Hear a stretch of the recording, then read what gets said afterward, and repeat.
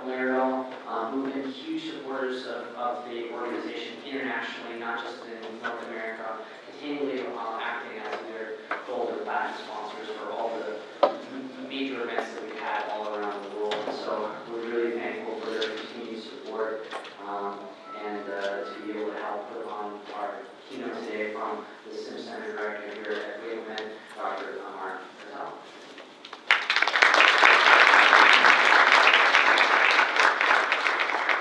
Well, good afternoon. We're going to give me 1 second to just get switched over.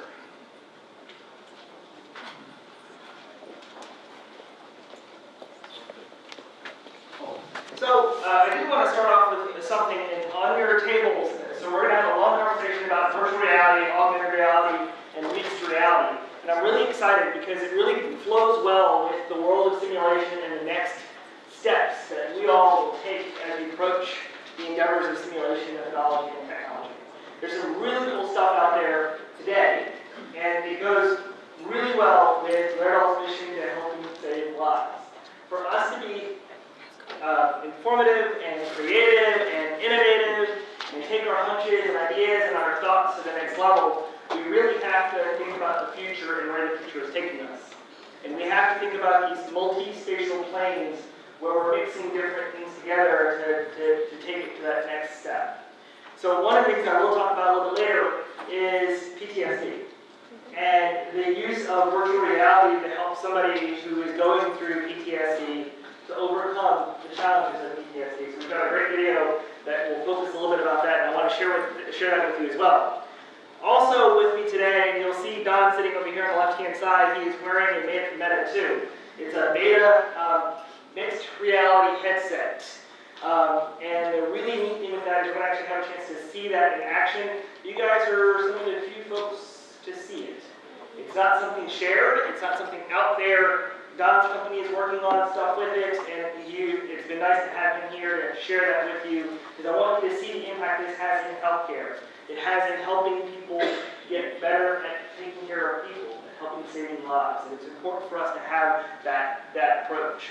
So one of the things I want to share with you is something that we're doing, and on each of your desks, there's a card that sits there, and this is something called Living Pictures.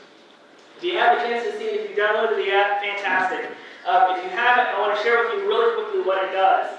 So one of the neat features with something called Living Pictures is your ability to take this postcard and turn it into real life. So you can actually use it for scenarios. And so what we have done in here is the start of the scenario. Your pre-brief, your information for your scenario is nothing but the picture. But when you use an app, it comes to life. And let me share with you what that looks like.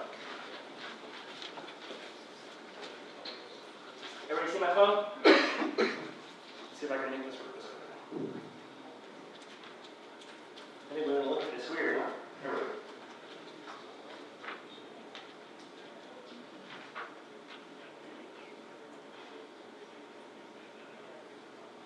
Maybe a little slow.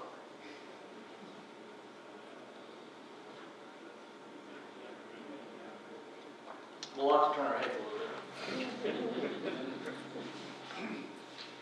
But the idea is to post any type of video, any type of scenario information into a postcard.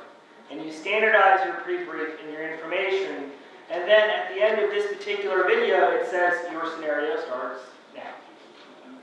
So think about the possibilities as we get into virtual and augmented reality. Think about the ability to standardize information and disseminate it. Think about the ability to be able to have a standardized approach at scenario delivery and scenario information. It changes the entire concept of how we do simulation in healthcare. So, I love the idea of looking at different virtual environments, right? And so I'm a big fan of how mixed reality plays an integral role in our healthcare simulation. So this is a cave. Anybody familiar with a cave? So those that are familiar with caves, what is it? A holodeck. It's a holodeck. How long have we been talking about holodecks? Anybody watch Star Trek? Right? Okay, so some of you guys. Holodecks are environments that are completely clean. They allow you to create anything you want to create in that spatial environment. So I can't go around lighting an OR on fire and get in trouble sometimes. Right? But what I can do is recreate an OR fire in a virtual environment. What I can do is have individuals train in that virtual environment, work through the processes, work through the issues, using the simulation methodology and the educational principles and the technology as a means of delivery. I can't create an OR. Unless you want to invest in the OR, I can't create that OR space. There's something unique about it. But what I can give you is not only the visual imagery, but the smells, the moisture, and everything else that makes that simulation experience very much real. Caves are awesome places, right? And you feel immersed in that environment as you work through it. The cool thing with a cave environment is if you jump off of a cliff, virtually in a cave, you will feel like you're falling even though you're not moving. It's a really cool place to be. So, to the point where Crayola actually has created their own cave. Yes, the crayon company has created a cave. But why? Why would they create a cave environment where the lighting is consistent and the environment changes? Say? It's for autism. For autism.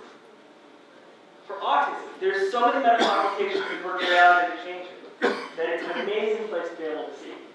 Where the future takes us is this ability to have a heads-up display.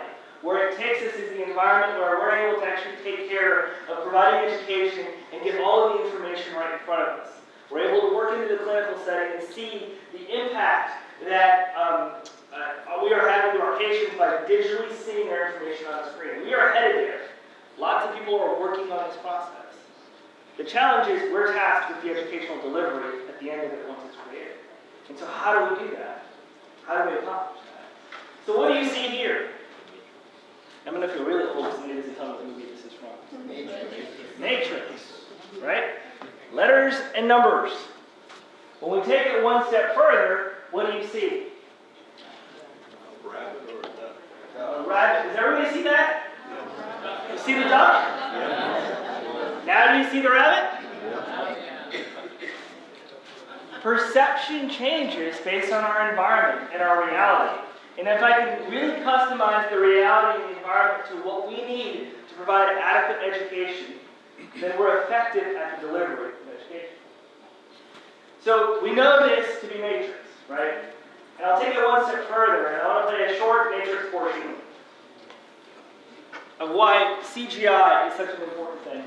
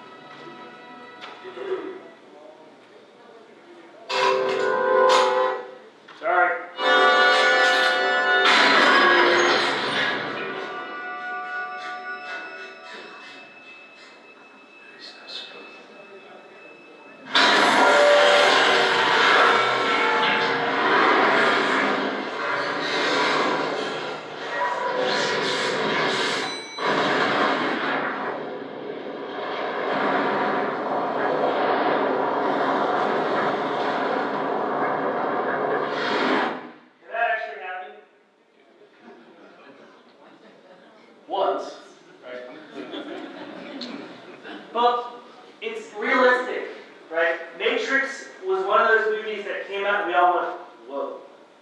What was the biggest premises behind Matrix for those that have seen it? You lived in what? You lived in an augmented reality. You were part of a completely different world, completely able to interact with it. And really, it was more of a mixed reality than an augmented reality. Because what you felt and were part of, were able to touch, see. And if you died in the virtual world, you died in real life. So it took us to that next level to think about what is possible when we always think about things that are impossible to accomplish. So computer-generated imagery is something that's been around for a really long time. It involves special effects and using computer software. And it's images that are generated to give you that perception of something different, right? It's on top of a lot of different stuff. And so has anybody ever watched, I I think it's Alien, movie Alien, right? A lot of that is driven by virtual environment or that computer generated environments. So there's a huge need for CGI. We see a lot in simulation technology, we see a lot in the educational programs, we see a lot in healthcare and medicine, right? Why do we see it in healthcare? Where is it utilized in healthcare? What one application do we see a lot of CGI? CT? Right? What about ultrasound imagery? There's a lot of different places where CGI is absolutely utilized and an important part of what we do and how we accomplish that. So it's used in films and programs and commercial programs and print media and medical imaging. This is a great example of where CGI plays a valuable role and how we're tasked at the end of it. What movie?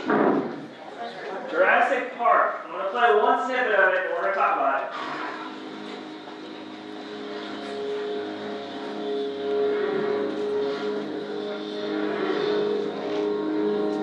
I want you to think about why Jurassic Park broke all of the CGI rules. Now, the species of variform has been extinct since the Cretaceous period. I mean, this thing is about this thing. What?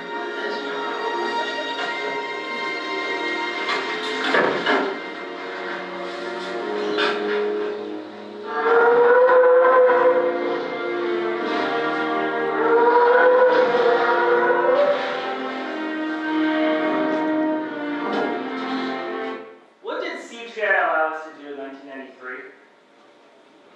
It was the first time in history. It allowed us to see dinosaurs in their natural form in a natural habitat. It was the first time that happened in our history. CGI really changed as a result of what this movie brought to the table. It allowed us to see dinosaurs. Right? Before that, what was it? Pictures and thoughts and ideas. But this really animated for us to see the interaction it has in a movie format, right? So it really changed the whole principles of CGI. Any ideas? Avatar, right? Why was Avatar so unique? It created an entire virtual world that became a mixed reality. And it did it in a way where the amount of money they spent on this movie was nowhere near what they spent on Jurassic Park.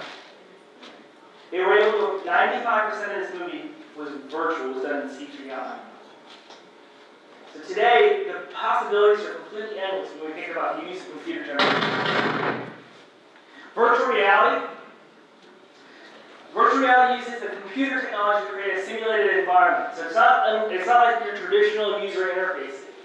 VR places the user inside of a given experience, right? We often get lost in those experiences. Right? How many of us have iPhones or Android phones?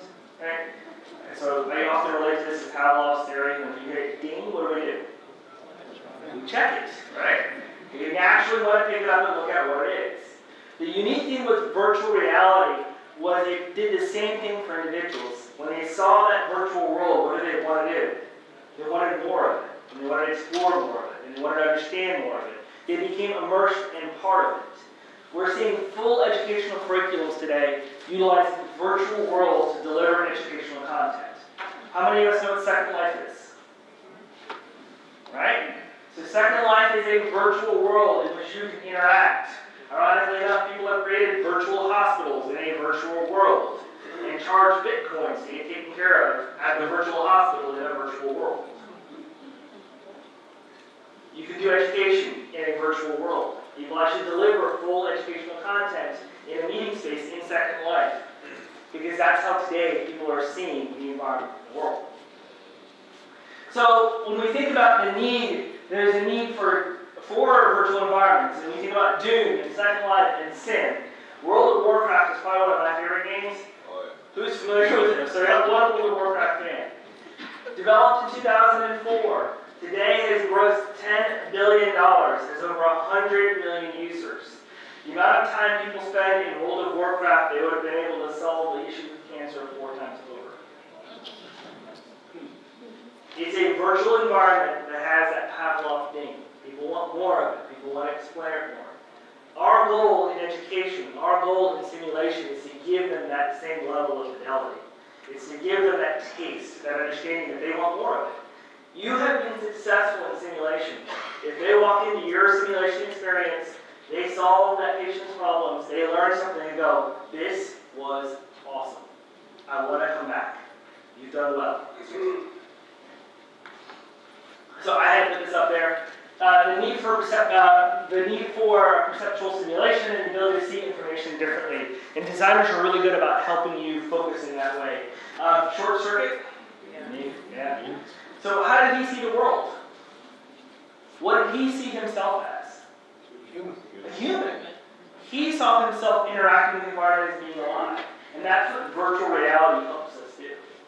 So, believe it or not, virtual worlds are utilized across the country in different things. Human resource folks use the virtual worlds. Why do HR folks use games like Second Life?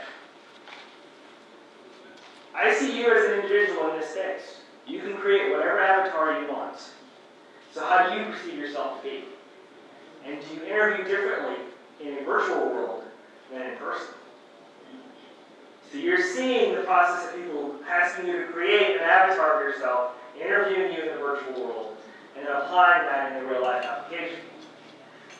Architects and designers use it. The coolest thing with some of the virtual concepts is that you're designing a new sim center, you hire an architect, you get ported into this virtual world and are able to walk around your virtual sim center without the building ever being built. You're able to see where the monitors are, where the technology is, how it's being hooked up and managed. And then you port yourself out and you can make changes to the product before it ever gets designed. And that's even being utilized today. So there's some really cool stuff. Gamers in the educational setting are all other applications. You can be who you want to be in the virtual world. Right? But it's all about perception. Augmented reality.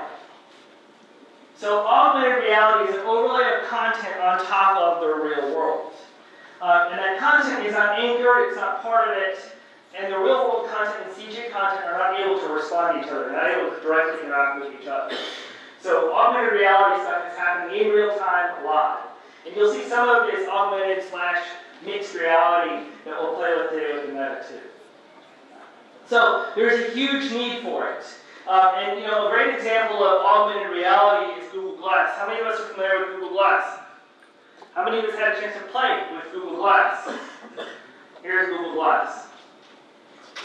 So the really cool thing about Glass is your ability to see information in a HUD, in a heads-up display. To the point where there was a firefighter here in North Carolina that uploaded the entire hydrant map for his district into Glass. So when he drove the fire engine responding on a scene, guess what he had?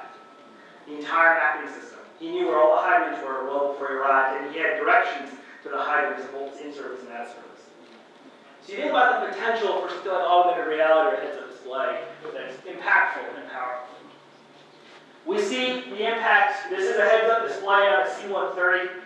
Right? You can see the information that's being populated to you. You see where it is, and we see where 0 is in terms of lane. In this next slide, I'll have to apologize for my folks who's a really good sport about it, but we use augmented reality today on our phones. What program uses augmented reality?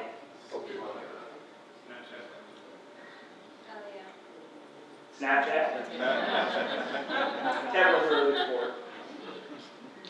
But we have fun with it, we enjoy it, right? But the potential for augmented reality is there. Think about the environments that you can create as a result of just overlays and information that you can provide individuals. So mixed reality is really an overlay of synthetic content on the real world that is anchored with and interacts with that environment. Right? So as you move, it moves. So one could argue Snapchat is really mixed reality of some sort. Because in Snapchat, when you stick your tongue out, you're like, oh, what's a dog do? His tongue gets bigger and licked. Right? So the environment is, it sees the environment and interacts with the environment. Oftentimes you'll see the virtualness exists in ultrasound images on patients while performing an operation. It's a great example. So synthetic content reacts with real world content provided with information.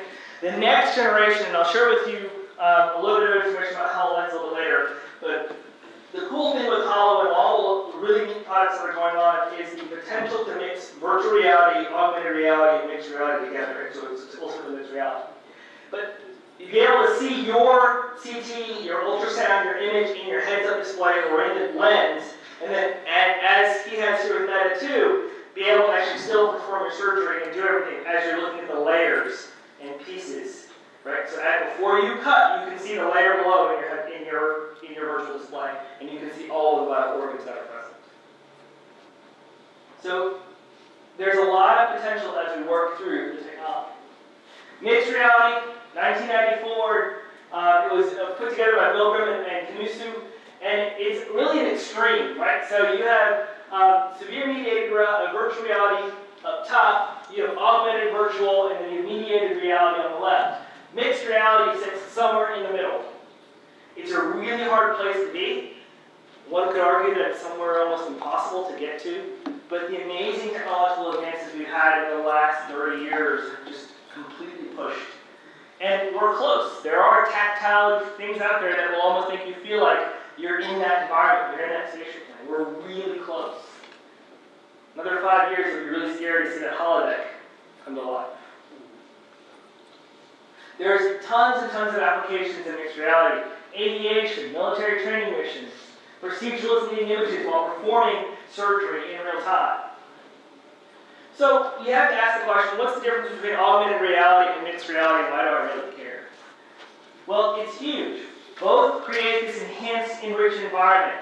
They're widely utilized in entertainment, and I would argue to say they're widely utilized in edutainment as well. Right? Education and entertainment as a single program. You're seeing this increased use in dabbling in healthcare. We're starting to broach into this virtual and augmented reality spatial area. And you know, augmented reality simulates artificial objects in the real world, whereas virtual reality is an artificial environment. It's a big difference between the two. Headsets or hand controllers are available in augmented reality, whereas interaction with a mobile device in the real world is very much possible in a virtual environment. So where do we see really the difference? The real world versus virtual world. And this is just another example of that larger diagram. We're shooting for this middle ground between the two. That's our goal. That's where we want to be. You guys could get us there. There's enough brain power in this room to figure out a lot of this stuff and create that next level. And it was impressive to watch some of the hackathon stuff. Because what were we essentially creating? The next generation of simulation technology. And you guys are really pushing the envelope to create something really cool. So we're going to do a little bit of crowdsourcing. Figure there's about 160 people in here, roughly, right? So we know that ideas drive change, and they impact what we do and really how we do it. And we know that ideas force us to be creative, to inquire, to innovate, to ultimately create something that is either tangible or has tangible value at the end of it. So here's what we're going to do. I'm going to give you 5 minutes. In your little groups around you, the people around you, I want you to work together to create a new educational program or a potential educational program that leverages CGI, virtual reality, or augmented reality. Think about the stuff that I've shown you. What is cool that you would love to see in your environment? And we'll spend about 5 minutes after that chatting about ideas and how you came to that idea. Right? I'm really interested to see what you collectively come up with, because there's some potential here that can really change the scope of simulation-based education. So here's the questions. What can we do with CGI? What can we do with augmented reality? And what can we do with virtual reality in our area? Any other questions? Cool. I'll start the timer. Just the people around you just start chatting about stuff. Right.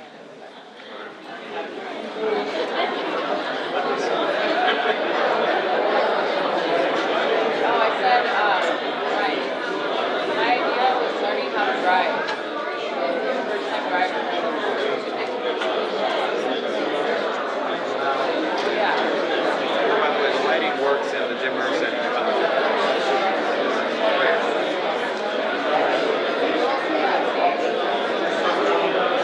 Yeah.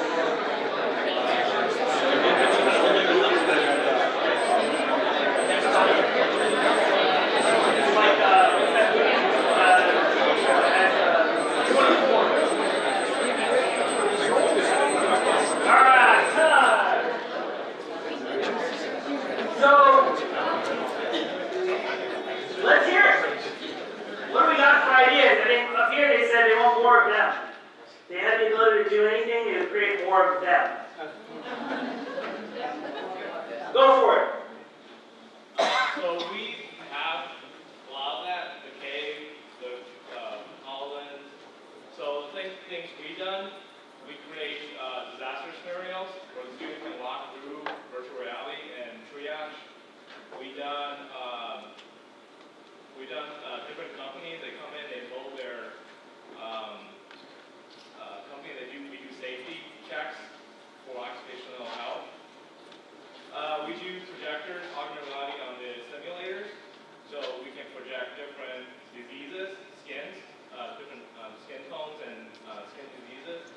And they can also use a virtual knife to cut open the simulators to get different dissections on the simulator. So those are some things we've done. You can't fly through the human body. Right. So what we do is we can CAT scan a patient. So within 15 minutes, 3D render that, so you can fly through the patient in 15 minutes. Cool. So, Thank you for sharing. Cool. Go for it. So I think one of the big challenges is a lot of simulation. Let me get your mic. Can't hear you. I think one of the big challenges that many centers face is funding and allocation of resources. So we've used augmented reality, as sort of a low-cost, practical sense of creating some stickers we can put on as moulage. So now rather than taking the time to moulage the mannequins, we're using that so when the learners come in visually, they're looking at. You have something visual and tactile. Correct, but not only that, I mean, you can also create a QR, or excuse me, the AR code that images your space. Yep. The space I work in is defense, so it's a particular space. But you can set up a mannequin in front of that, have your phone project that to a video projector, and just sort of create your own poor man's cave. Right. So looking for practical applications that, low cost, effective sales, I guess. So, if I can, I'll decipher a little bit, which is, so taking a projection system like this, projecting an image or a background, and then putting a simulator in front of it. Correct, and also combining the augmented codes to create that. And we had a company that's sort of creating those things. I think there's a business opportunity for people to create these tags that you can put on the mannequin with some imaging devices, that rather than us spending all our time trying to create this environment that maybe we're not good at, we don't have time, we don't have resources, it just cuts a lot of labor out and creates a lot more immersive environment. Cool, thank you. What else? Anybody else have anything cool? Sir? Let's say you have the HoloLens where you can project out into your environment, but it's still virtual what it's doing. Me personally, when I look at the mannequins we work with, I have a hard time taking those for lifelike patients, and I know some students do as well. You get a mannequin that's got like a blanked out face, and have the HoloLens actually an actor's face portrayed on top of it to give a real response when you're talking to them, versus just the speaker and the person in the other room coming out. It would give a more immersive feel to it versus just like, this is rubber. Right. It gives you the facial expressions it can be. You have like 30 recorded ones that you could hit from the control room to play, but you be able to see it through the lens as it's on the mannequin. You still need a mannequin to control the pulse and whatnot, but it would give a very much more immersive, at least in my opinion, that's what it would do. And diverse. You would have a lot of diversity in that way. Right, you would? I would just be happy to have the patient be able to turn blue and turn unblue. Well, in that environment, you could. Yes. In that environment, you could without remake it being every time. Right. Sure. We're from Orlando, so we got Disney in our backyard. You watch the fireworks shows, you see the Disney castle crumble and change colors, and so I mean the technology's already there, and they can project any 3D mapping onto that. All it is scaling down and making it cost effective enough for a smaller scale. Having that lifelike mannequin is actually capable of doing that kind of stuff. It can have that bright, it can have sinuses, it can have all that, it can talk to you, and blink at anything once. Just how they can cost effective. I think one of the coolest jobs out there is the Disney one, right? Who wants to be an Imagineer when you grow up? possibilities become endless, right? And you have an unlimited budget of sorts, so kind of seems better. All right. So what does the future bring forward? And I think it's important for us to look at that white room environment. So this is just an example of a holodeck in place.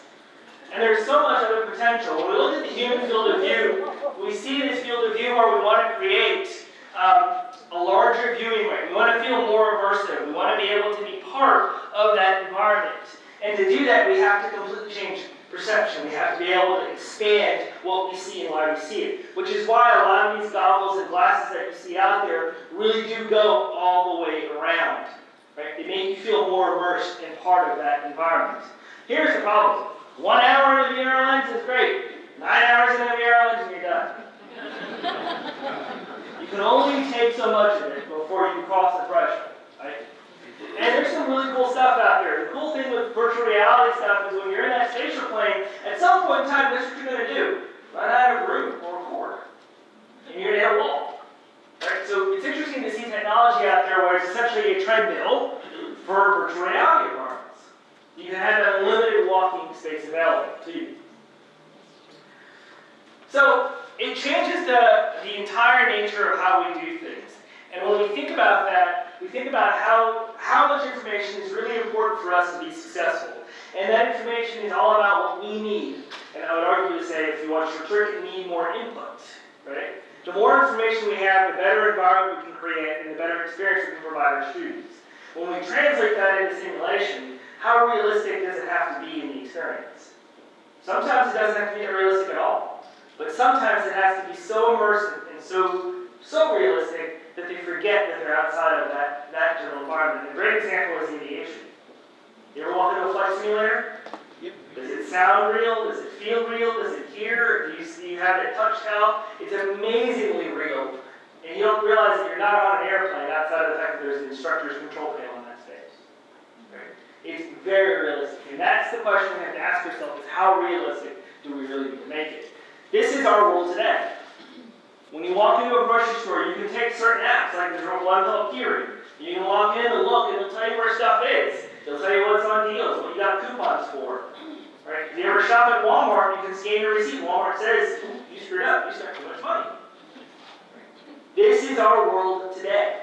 And this is a world that we in education should force ourselves to get to. So virtual reality really does change it, because you can be what you want to be.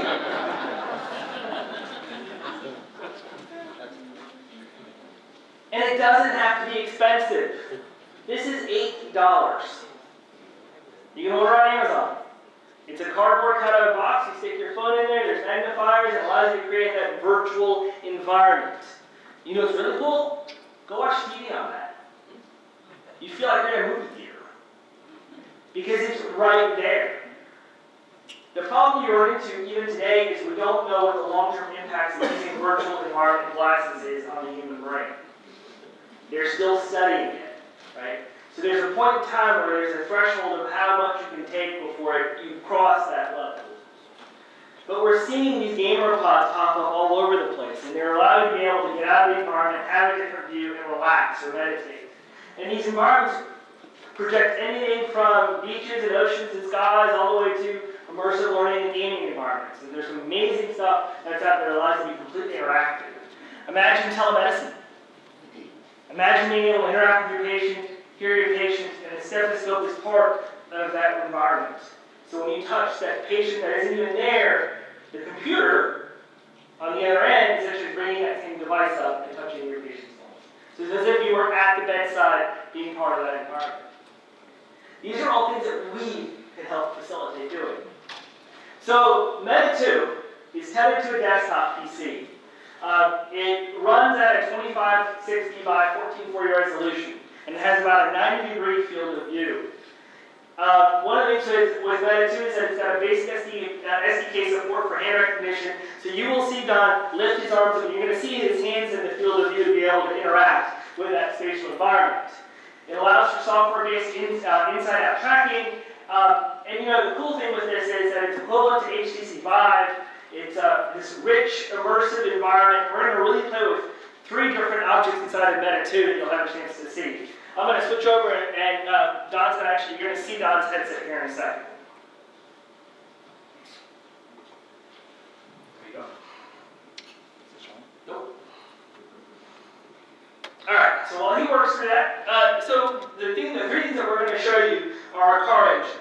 And the really neat thing with the car engine, as he brings it up, is going to be your ability to be able to go inside of the vehicle.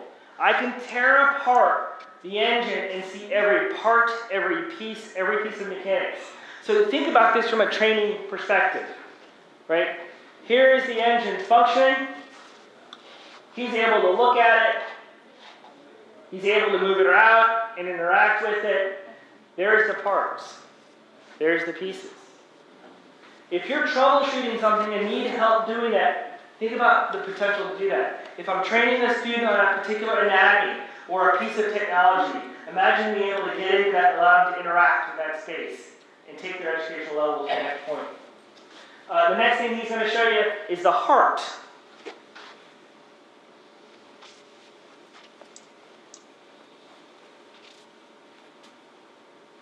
Here's the human heart. And arguably a beating human heart at that.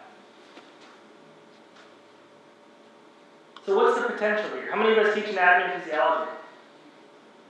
Can you imagine what you can do with this for your students? Does it completely change how you would provide education in that virtual environment? Does it change how information is gathered? For the student to be able to see the beating heart, see it move, and be able to interact with it and see different portions of it, right? It completely changes how we teach chest pain and cardiac management in a lot of ways. So the last thing he's going to show you, which is really cool to me, is bubbles. Maybe butterflies too, but bubbles.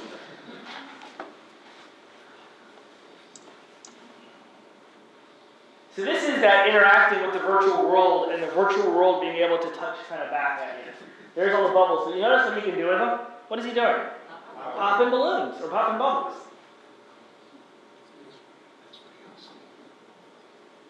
So what do you think?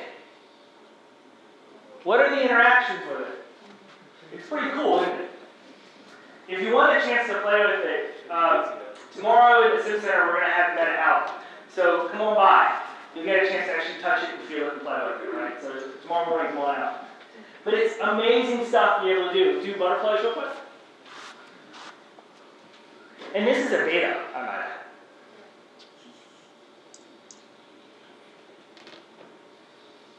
We were talking about this yesterday with butterflies. Can you imagine if you could actually feel the butterflies on your hand in this?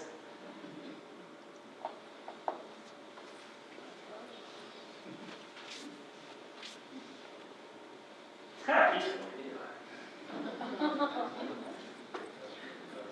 So one of the interesting things we were talking about is he can actually still see his hands. The butterflies are more translucent on the image than they are on the meta, through what he's looking at on the screen.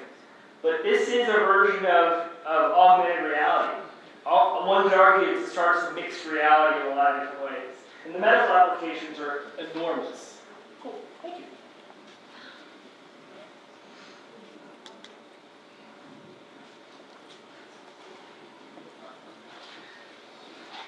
So Microsoft HoloLens is another piece of unique technology, and I want to share with you some of the stuff that they're doing. This is changing how we use healthcare today. It's changing how education interacts with our environment. It's a completely different, it's a mixed reality technology that we really need to think about how we're going to inject into education. It's essentially a collaboration between University College London Hospital and University College London. And the aim is to bridge that gap between research and clinical practice, and not just within one institution, but throughout the whole of the NHS. This year, thanks to NHS Digital, we have approximately 86 projects. Currently 8 are mixed reality using the HoloLens. Everything we know about how we interact with data, how we interact with patients is limited by the technology we had before. What we're doing is exploring new ways of working. Surgeons and most people aren't trained to look at CT data, which is just layer after layer, cuts through the body, and it's very difficult to equate that with the person they're operating on, the 3D model. So what we're trying to do is make that whole process a bit easier. At the moment, we're focusing on developing the actual pipeline from CT scans to 3D models. We've got machine learning, organ segmentation, so it automatically extracts the kidneys from CT scans and then delivers it to patient. Having that presented gives the surgeon a good idea of what approach to take to surgery and whether it's feasible or not. What it'll do for a patient is to inform them of what their tumour is like and gives them an insight into their own body. The essence of every project is that it's open source. So what we want is a living repository that people continue to contribute to and will support us from around the UK and probably the world as well. That's today. That is happening today. People are leveraging that technology to be able to take medicine and education to the next level. And it's something we should think about leveraging in our own areas. So another piece I want to focus on is Oculus. How many of us have heard of Oculus Rift? Pretty cool? It's still not at a point where it's consumer friendly, is it? It's still really expensive to get your hands on all of the technology. But the immersiveness that it creates is absolutely amazing. And when you create an image inside of Oculus, this is what it looks like. And you're seeing each individual view because it's the left and the right eye. But together you feel like you're in that space, right? So another tech is Star VR. The unique thing with Star VR is your field of view, right? So what we pointed out in Meta 2 was a 90-degree field of view. You're at a 100-degree field of view with Star VR. So you're almost back here when you're looking at it. You feel a lot more immersive. And it's interesting to see how that plays a role. A lot of the Star VR stuff being utilized today has been utilized at like NASA and other areas when they're looking at global telescopes and stuff to be able to dig deeper into layers of space. And then something really cheap is Wear and Liberty Sky. It's like $79. It's not really expensive, but it allows you to be able to inject your phone into this and create that environment. I think you look pretty silly though. Imagine wearing that as well. So, alright, so I'm going to turn the lights off for a sec, and I want you to, this is through the lens of Oculus. Right? This is what it looks like if you're in Oculus and looking through that lens. So I'm going to turn the lights off, and I want you to be able to picture what that looks like.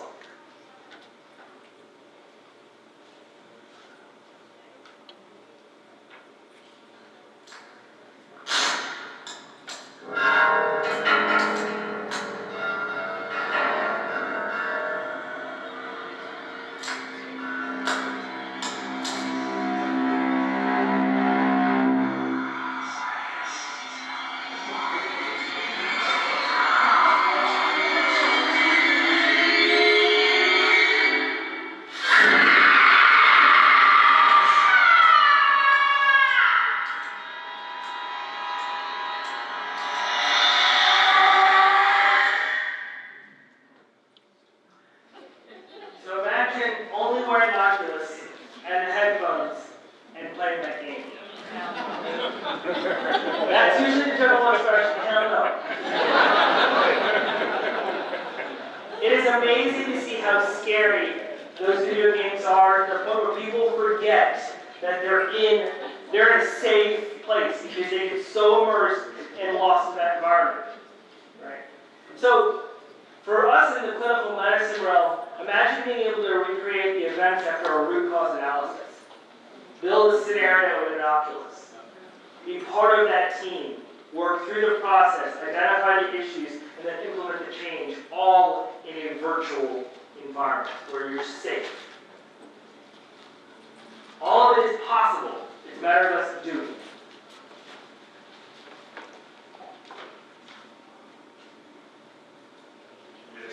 Thinking? Alright.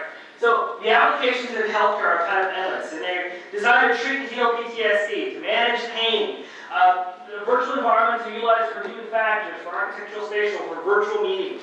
We see it utilized for human resources, for image management, even for direct clinical 3D animations to see things in a different area. I'm going to play this quick, it's about 3 minutes long. This is on virtual reality used for PTSD. I've learned from VR is that it's very easy to fool the brain. There's evidence of soldiers, enemy soldiers on the ground everywhere. It's very kind of surreal, kind of like I'm not really there. If you do VR well, They engage in the environment as if it's the real thing. It's evocative of the emotions that that environment is designed to provoke or induce.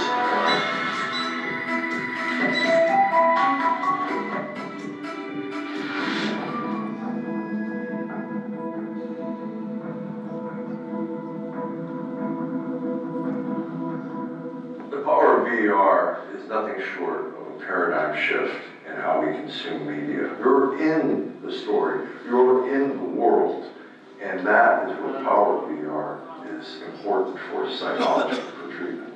The use of VR actually helped me get me past a sticking point with my traditional therapist, and I couldn't really delve deep into what was bothering me. My symptoms with PTS were pretty much the entire gamut. It starts, unfortunately, at nighttime without being able to sleep. Never got to sleep deep enough where I would hit nightmare, which leads to the next day. Irritability, a lot of anger issues, avoidance of my past, things that happened, or dangerous situations.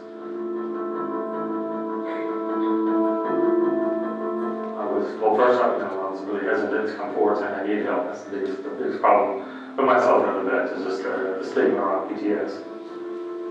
I was looking for an alternative, started asking around, I heard about sketch work with virtual reality.